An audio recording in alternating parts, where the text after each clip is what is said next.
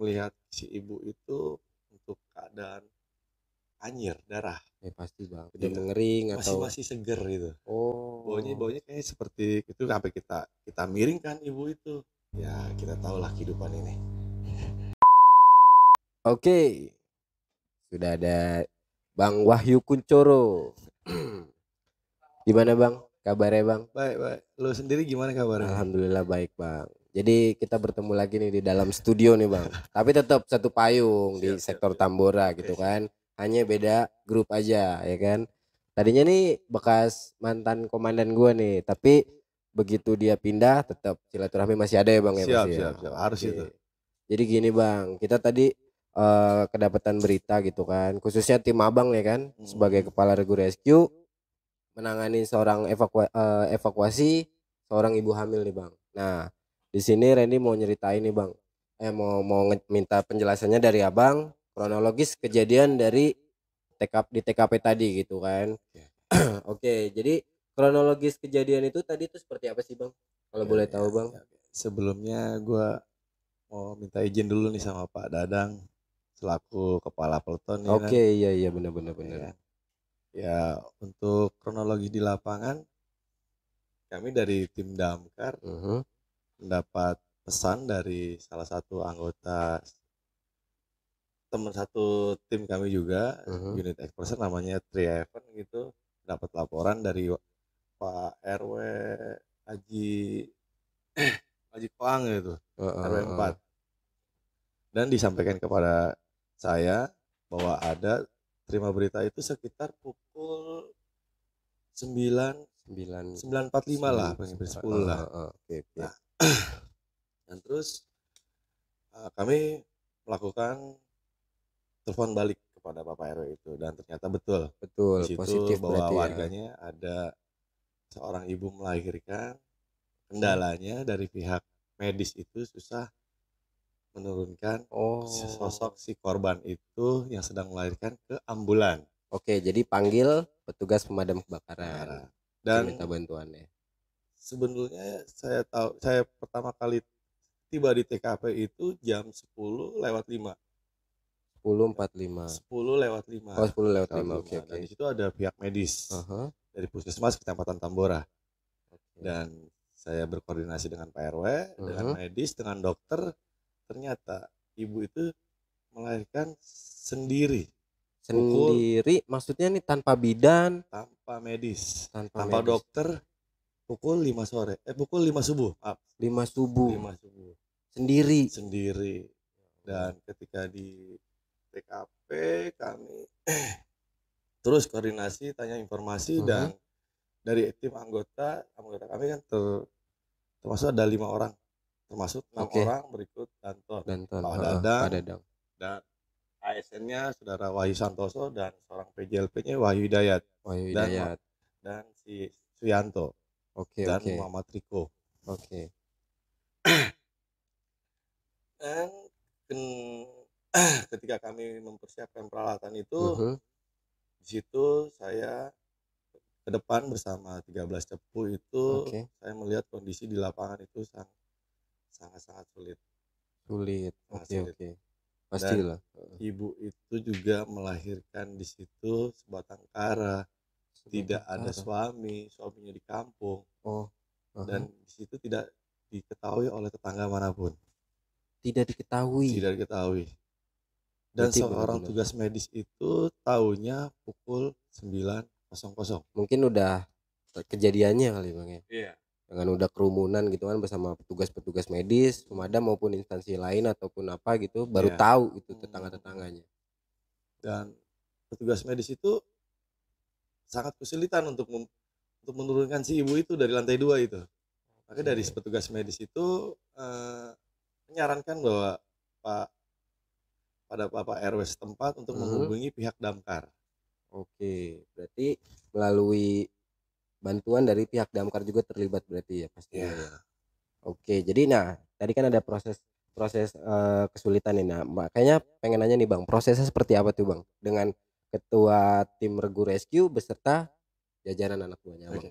Kita menindaklanjuti tentang kenapa petugas medis itu tidak bisa membawa Oke. dari lantai 2 ke ambulan. Aha. Nah, ketika kami di lapangan ternyata emang cukup sulit untuk petugas medis dengan seorang supir ambulan untuk menurunkan seorang ibu-ibu yang mungkin kondisinya cukup mengkhawatirkan ya, udah lemas dan Karena dari jam 5 pagi. dari jam 5 pagi dan kita dapat informasi itu buah hatinya sudah tiada.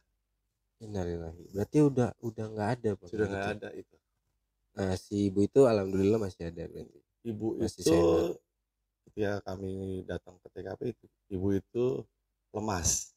Pasti sih Bang. Soalnya dari jam 5 pagi ya kan. Ditambah dia mandiri gitu kan, sendiri ya. Bang. Oke, untuk proses kita melakukan evakuasi itu cukup sangat sulit. Kita didukung dengan peralatan kita yang cukup banyak, akses juga cukup sempit. Alatnya apa aja tuh Bang? Alat untuk tandu basket, tali wibing, pule, semua kita keluarkan untuk berada di TKP. Oke. Dan kami dari pihak petugas damkar cukup cukup kerja cepat. Intinya kita bagaimana caranya kita harus menurunkan si ibu itu untuk kembali ke ambulan. Karena dari pihak medis itu suruh cepat-cepat. Karena salah melakukan suntik, kita nggak tahu ya dia melakukan suntik buat tenang ataupun buat vitamin apa, kita nggak tahu gitu. Mungkin benar kata yang tadi Abang bilang tuh, sudah lemas. Karena jam 5 pagi gitu kan. Ya otomatis dari mungkin ya Bang ya, mungkin bahasanya pendarahan atau pasti itu ada kan. Makanya mungkin tim medis nyuruh regu Abang itu harus cepat-cepat ya, itu karena harus ditanganin tim medisnya itu setelah turun mengevakuasinya. Kalau itu untuk pendarahan di TKP maupun di kamar itu kamar cukup sempit.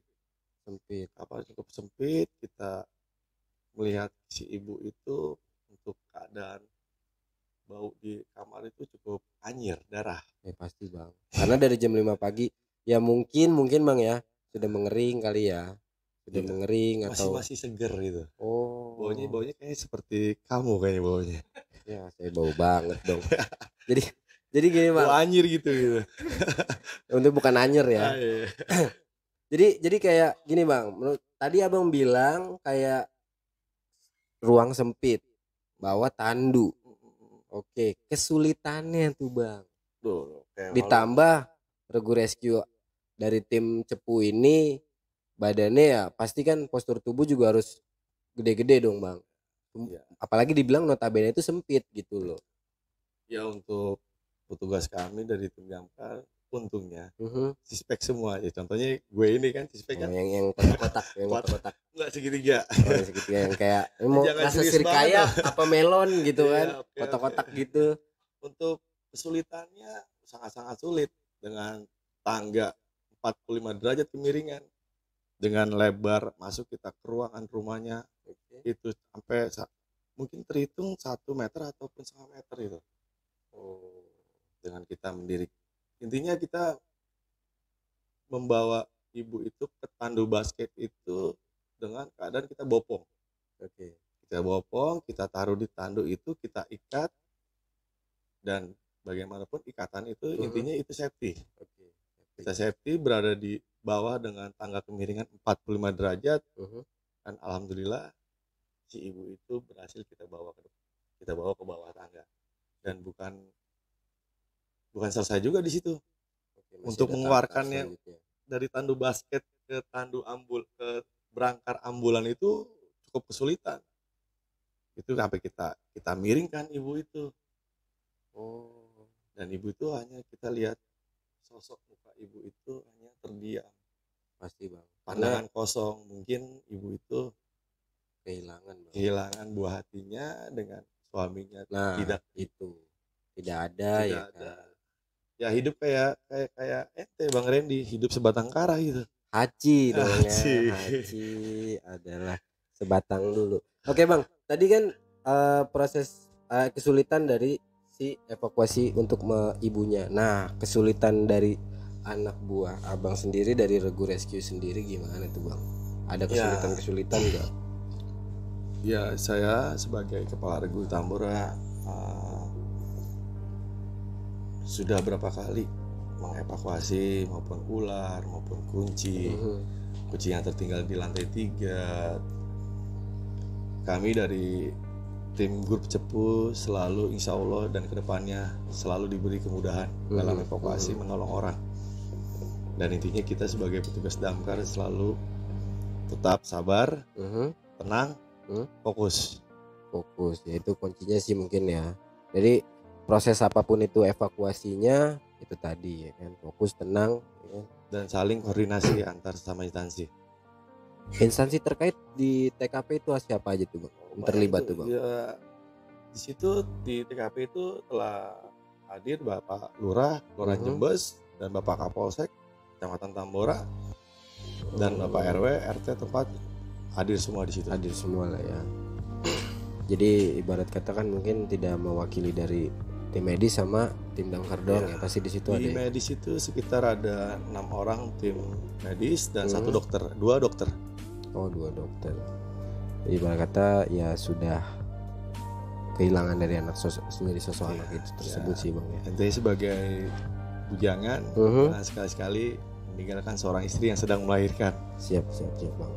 Karena ya tanggung jawab sih Bang, pastikan ibarat kata sosok kepala keluarga ya kan Bang, harusnya sih selalu ada gitu. Cuman ya kita nggak tahu, mungkin lagi ada pekerjaan di kampung sana, kita nggak tahu ya kan. Dan saya disayangkan gitu loh, tetangga-tetangganya di sekitarnya tidak mengetahui bahwa si ibu itu yang si Juhlia itu umur 31 tahun itu tidak mengetahui ada dia telah melahirkan sendiri pukul 5 subuh itu. Adanya begitu ya? Ya mungkin karena ya kita tahulah kehidupan ini.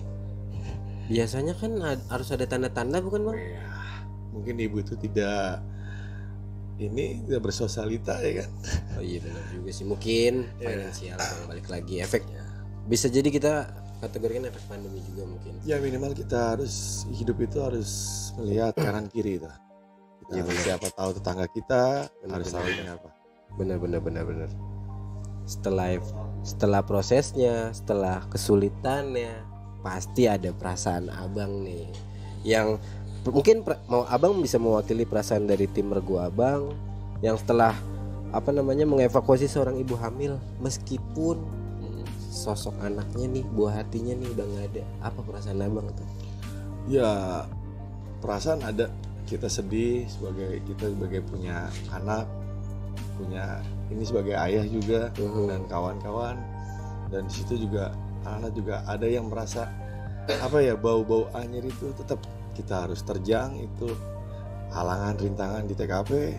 Kita kerja ikhlas, kita cari pahala. Bismillah ya.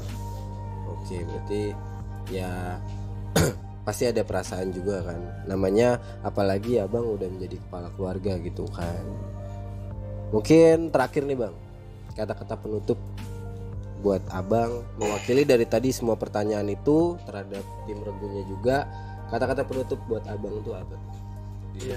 Penyelamatan ini. Saya pribadi ya, kita usia juga bukan pemadam yang terlatih bahasa kasarnya, tapi bagaimanapun juga apapun caranya, saya sebagai kepala regu rescue menginstruksikan kepada teman saya ya, bukan anak buah saya, Wahyu Santoso maupun Wahyu Hidayat, apapun caranya, apapun rintangannya, kenali medan, kenali kondisi di TKP, tangani dengan aman, insya Allah lancar, korban selamat, kami pun sebagai petugas damkar insya Allah selamat.